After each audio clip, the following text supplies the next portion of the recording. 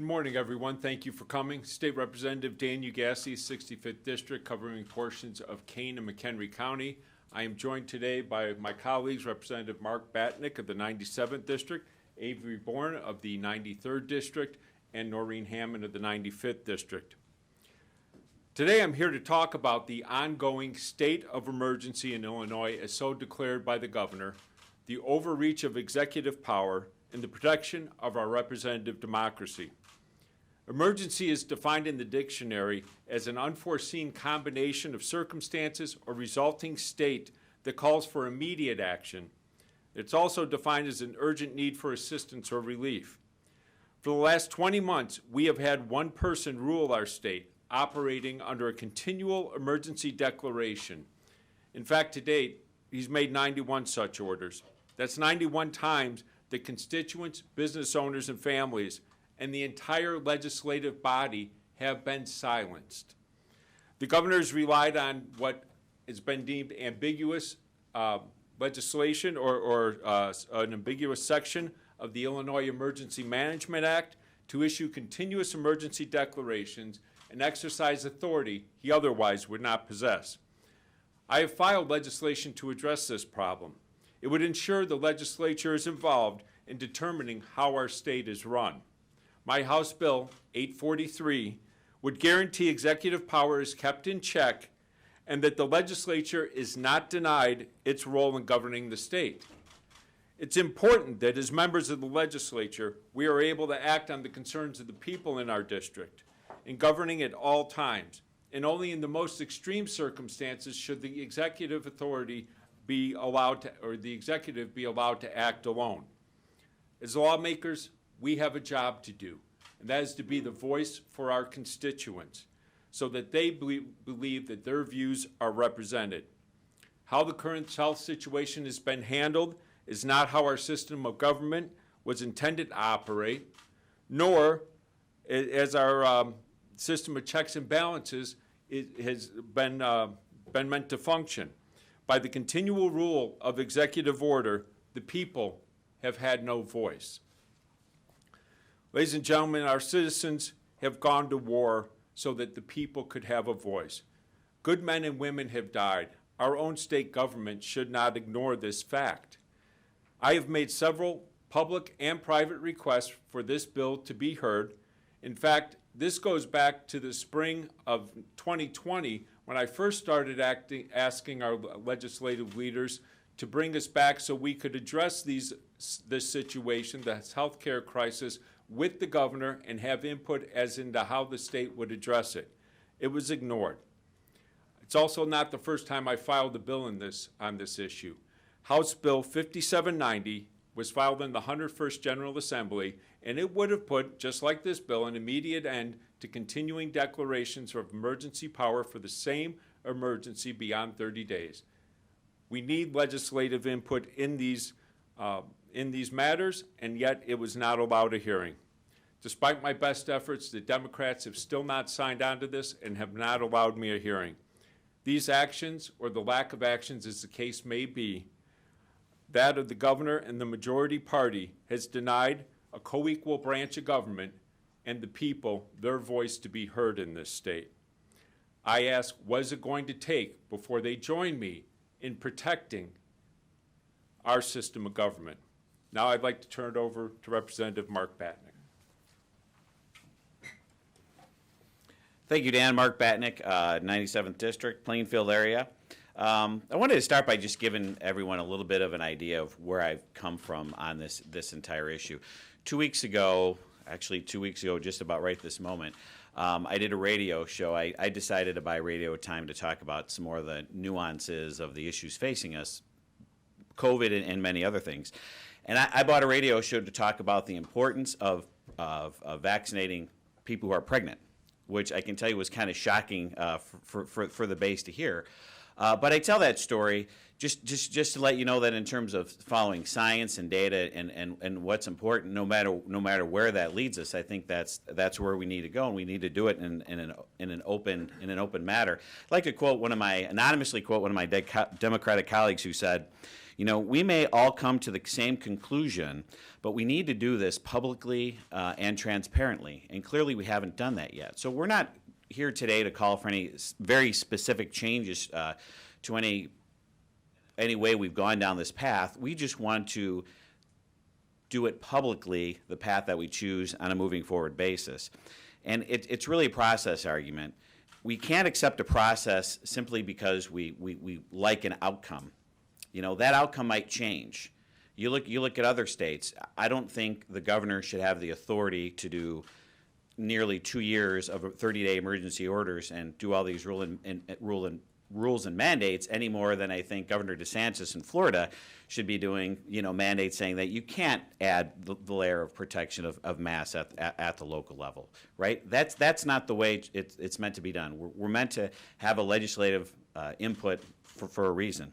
It's also a matter of trust a little bit. I think you're seeing a lack of trust in government. I think it's pretty fair to say there's a big lack of trust from many in our many of our citizens because of the lack of transparency. You have elected officials that maybe take statistics and data out of context pretty significantly.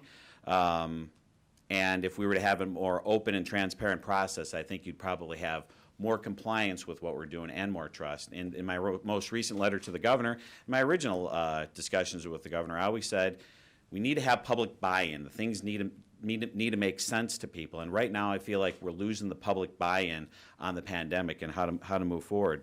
And I just want to highlight a couple of reasons why the discussion is important to do it publicly. My wife is an SRT, which is a student resource teacher, which is special ed. She's basically middle management at a school for special ed, K through 5. And, she was just telling me a situation of an autistic kid that may not be able to stay in school because having trouble with wearing the mask. I'm not sure that's in the best interest of our society for that kid to have to comply with a mask mandate that they're having a really hard time complying with. There's nuances to this. The World Health Organization looks at it differently than the CDC looks at it. When you go back in time to when we closed schools, I think many of us are going to look back and say that might not have been the right decision to have so many schools closed. There's a huge difference in life expectancy based on income. If you Google this, you'll find out that the highest 1% and lowest 1%, there's about a 10-year life expectancy difference for women, 15-year life expectancy difference for men based on income gap. The kids that didn't have the ability to stay in school, especially the ones that don't have two-parent homes, middle income, access to tutors, all that, you're going to see long-term effects on their income, which affects their life expectancy, which ultimately is what this is supposed to be about. So I get a little tired about listening to the experts when we're not having a situation when we're listening to all the experts. We're not listening to special ed teachers. We're not listening to sociologists talk about income gaps. We're not listening to people that should talk about potential increase in violence. I know in our local school districts, we're just having a lot of difficulty with the kids being in control because they've been out of school so long. So there's a lot of nuance to this. There's a lot of public debate that needs to be happening that isn't happening.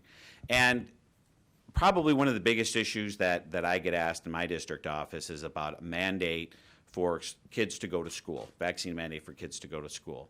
And I'm not here to answer whether or not we should be doing that or not. But my question to you that I'd like to see asked of the governor is, does the governor think he has the authority to mandate a vaccine for school kids without public input, without the legislature? And I haven't seen anybody ask that question. That's what this is really all about. We're looking to be a co-equal branch of government and manage this best we can, because I think we can bring a lot of different viewpoints to the table.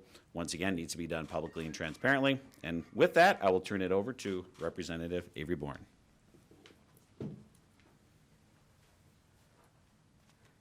Thank you, Mark. Avery Bourne, State Representative of the 95th Legislative District. I represent Christian, Montgomery, Macoupin, and Madison counties. Today we're up here to talk about an issue that I think we all hear about from our constituents, but also I hope that the Democrats in the legislature are hearing from their constituents as well, which is reining in the executive authority of Governor Pritzker. Oh, and by the way, also every future governor. This is an issue of good government. So we're here today to obviously push for Representative Ugaste's House Bill 843, but also to talk about the failures of the House and Senate Democrats in holding the governor accountable over the last 20 months. Every time that we bring this up and we say we need to pass a bill like this, which will rein in the current and future governors, they bring up what they call the Restore Illinois Collaborative Commission, which they made with bipartisan lawmakers that was supposed to work in tandem with the governor throughout his pandemic response.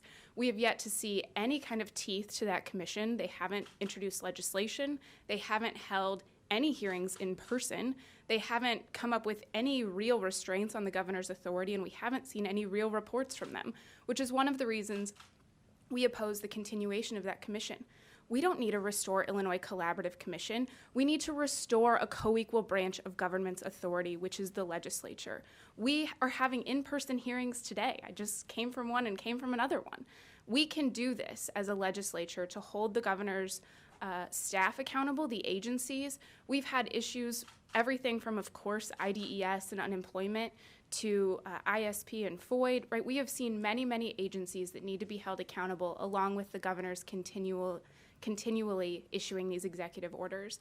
This bill is a small step to rein in the executive authority of Governor Pritzker. This is a super common sense thing. We could go even further and ask for even more audits and hearings.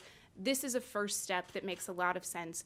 I'm hopeful we can find a bipartisan group to support it because they are certainly hearing it from their constituents just as we all are hearing it from our constituents. Their vote for us was to be lawmakers. They did not vote for Governor Pritzker to run this state by executive order. Thank you for bringing this bill forward. It's a really important first step, and I'm hopeful that as we are here in the legislature for the next 2 weeks, we're able to talk about reining in the governor's executive authority. With that, I will pass it over to my colleague, Norine Hammond. Thank you, Avery. I'm Norine Hammond. I represent the 93rd District. All are part of 8 counties in west central Illinois. And as elected members, as we stand here before you as elected members of the Illinois General Assembly, together with all of our colleagues, we are responsible for representing our constituents and voting on policy matters that are important to them. And that includes the state's COVID-19 response. Governor Pritzker has issued an extended disaster declaration since the beginning of this pandemic with little to no input from legislators. The governor has issued a total of 91 executive orders. This represents the condensed version of those 91 executive orders since 2020 and 2021. Everything from the initial stay-at-home to regional mitigations and masks and vaccine mandates. The Democratic majority in the General Assembly has abdicated the responsibility to serve as a co-equal branch of our government and has ceded that authority to Governor Pritzker again and again. I'm here today to assert that the General Assembly's authority and responsibility to debate and enact critically important legislation during these times is now. And it has passed, and we continue it today, but now is the time to act and right the wrongs that have been done to this point. We have to have an open and honest discussion, as my colleagues have said, about what we've done with this COVID response and any further mitigations or restrictions. That would begin by calling Representative Ugaste's House Bill 843 for a vote by all 118 members in the House. Thank you for your time, and we'll take questions. Well, in World War II, which lasted more than 2 years, there was shared sacrifice. We saved our grease. We couldn't buy a new car because the factories were given over to that effort, etc. What's the difference between that emergency and the one that you guys are talking about? The legislature was still meeting during that time, right? You guys aren't going to be here tomorrow, apparently. The Senate's also canceling. What signal does that send with your outstanding issues here? The signal that that sends to me, and I think to many of us, is that the governor wants to continue doing what he's doing, and many of our members are not willing to stand up and say, wait a minute, we need to stay here, we have things we need to do. Why does the legislature know more about this than the governor? No, make no mistake. I don't think any of us are saying that we know more than the governor. That's not the point here. The point here is that we are elected officials, and we should serve as a co-equal branch of government to address this situation. But just to add on to that, as the representatives, we are closest to the people. Almost 13 million people cannot reach the governor's office to have their voice heard. They contact our offices and the senator's offices to make certain their views are known and that their voices are heard in this state. And that's what we're looking to do, just represent their voices. This is a democracy. It's supposed to be of the people, by the people, and for the people, not by one person. And when it comes to Democrat leadership, I know you said you reached out to have the bill heard. I've asked Democratic leadership similar questions, and they say they support the governor. But there are a few Democrats that are uneasy about the governor's continued unilateral orders. Have you heard from any of those in the rank and file, or have you reached out to any of the rank and file, and if so, who? So I have reached out, and I will just tell you, to the person, the response I get is, I will look at it and get back to you.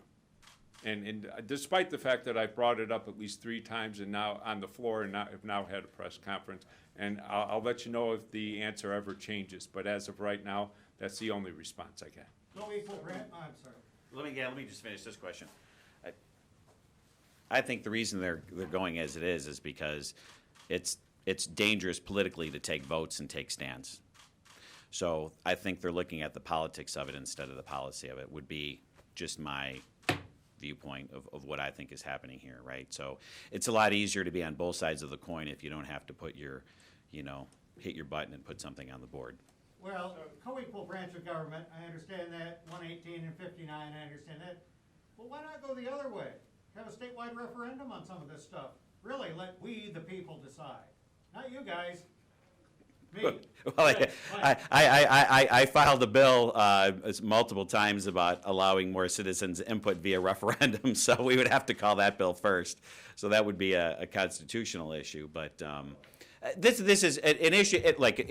An issue like this is obviously difficult for people who are busy with their families and busy with their lives. An issue like this is really made for public hearings in the General Assembly to call in the experts. There's a lot of nuance on this. I'm going to talk about one of the nuances I have even within my own caucus. I'm fearful of when you try to push too much to the school board, they're not equipped to answer all the questions on this. There's scientific issues, there's social issues. They're not experts on all these things. And I have big school districts by me. I don't think they're equipped. I can't even imagine some of the small districts in some of the rural areas. So you need to be public and transparent about it, but you also need to have the resources and the ability to do it, which is why we should do it. Public hearings on this, on bringing in a whole host of viewpoints and a whole host of issues, would be incredibly, incredibly helpful. Understanding. I'll just go back to schools being closed for so long. Understanding, my wife talks incessantly about how the first graders and the kindergartners are just so far behind from where they were in the past. And what's the ripple effect of that long term? That has negative consequences that haven't been talked about. I really haven't heard, maybe he has, I haven't heard the governor talk about it, right? But those are the sorts of things that we can do through public hearings at the state level where we can bring our stories, like Representative Ugaste had said, from around the state and have a public hearing on it and really kind of vet this stuff out. Well, at the You say Springfield School Board the other some night, school districts aren't able to handle this. Others feel that they are, and they're actually taking the governor or ISB to court. Yeah, Parents are taking them to court as well. The governor says that's irresponsible. Yeah, Avery's got something for you there.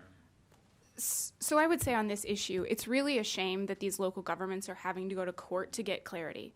If we as the legislature pass laws with clear guidance, they would know what they're supposed to be doing rather than spending taxpayer dollars to go to court to try to get clarity.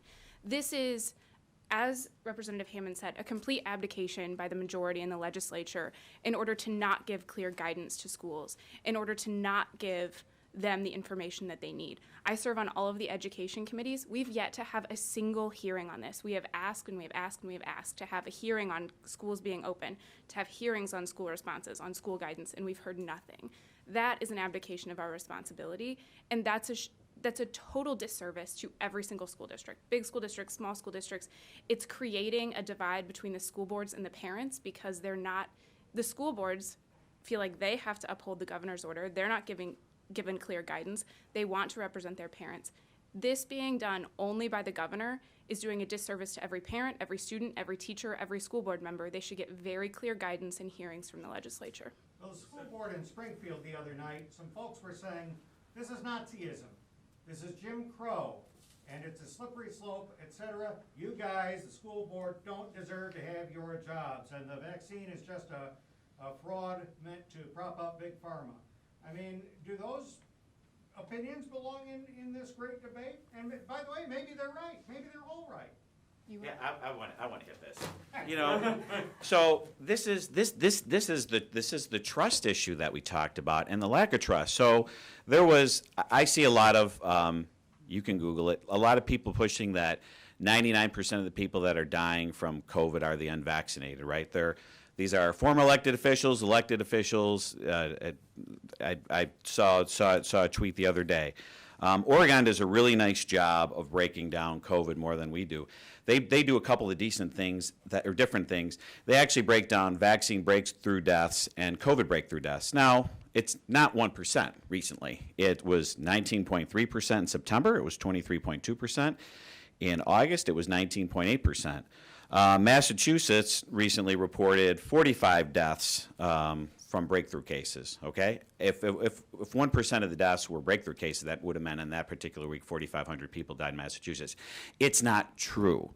So you have people that are pushing data out there that gives people not a reason to not trust government because they're being told things that are either wildly taken out of context or completely untrue because of the lack of a transparent process. Had we had a transparent process that talked about the nuances, that talked about, you had a school in Chicago that there were 3 cases in the entire school. They closed the entire school for 2 weeks.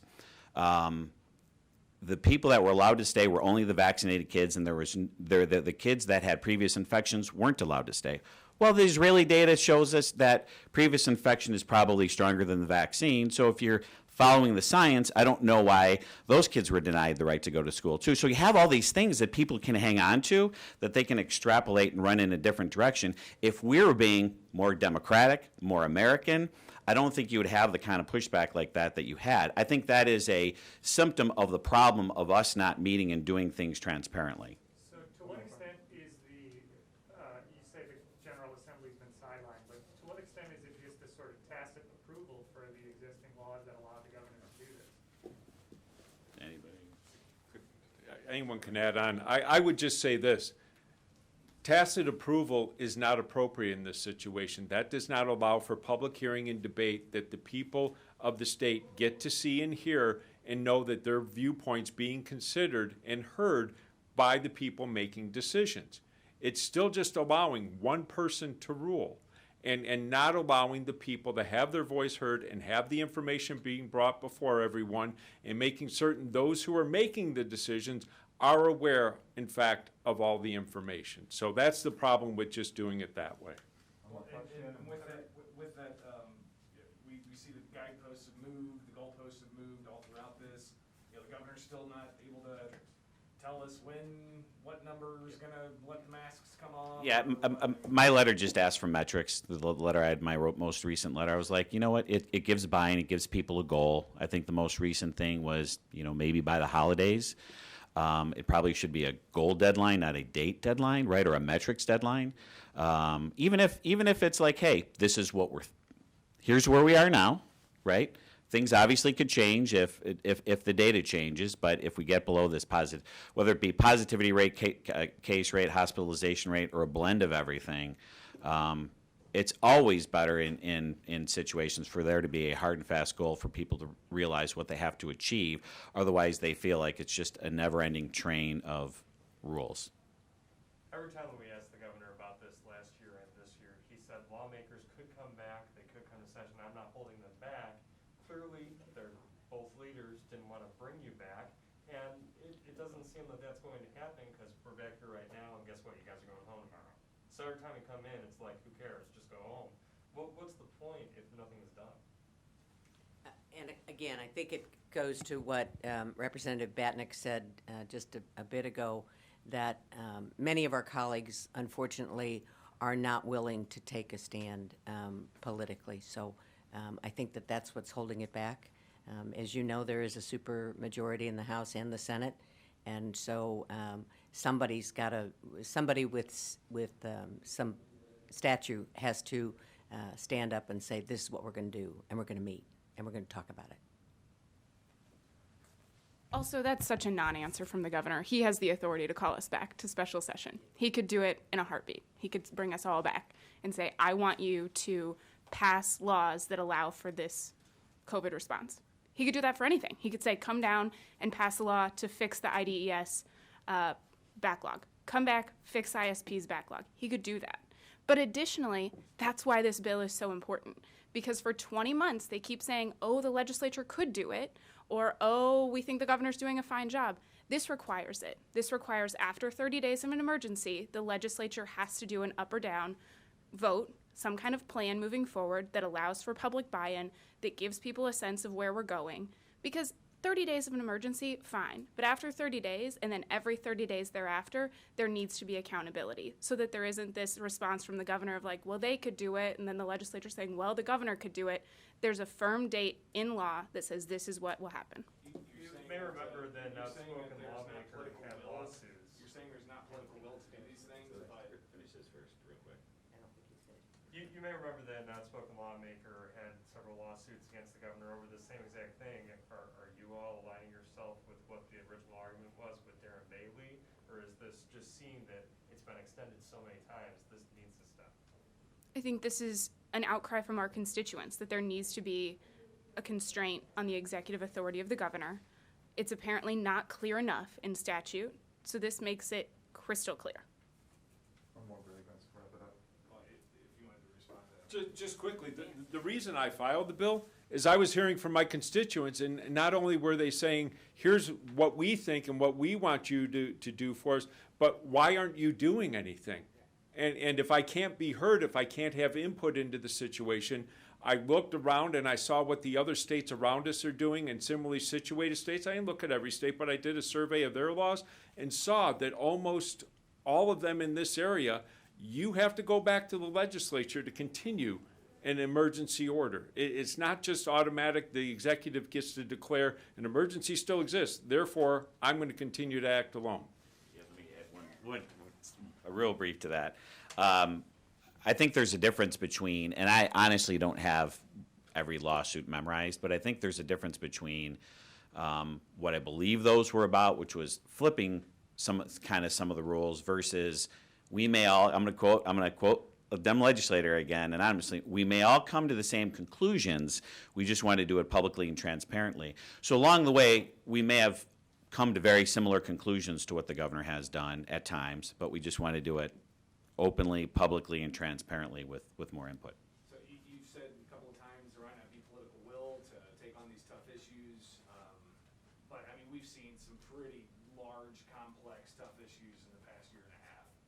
The criminal justice police regulation bill, the energy bill, I mean, these are massive, massive undertakings.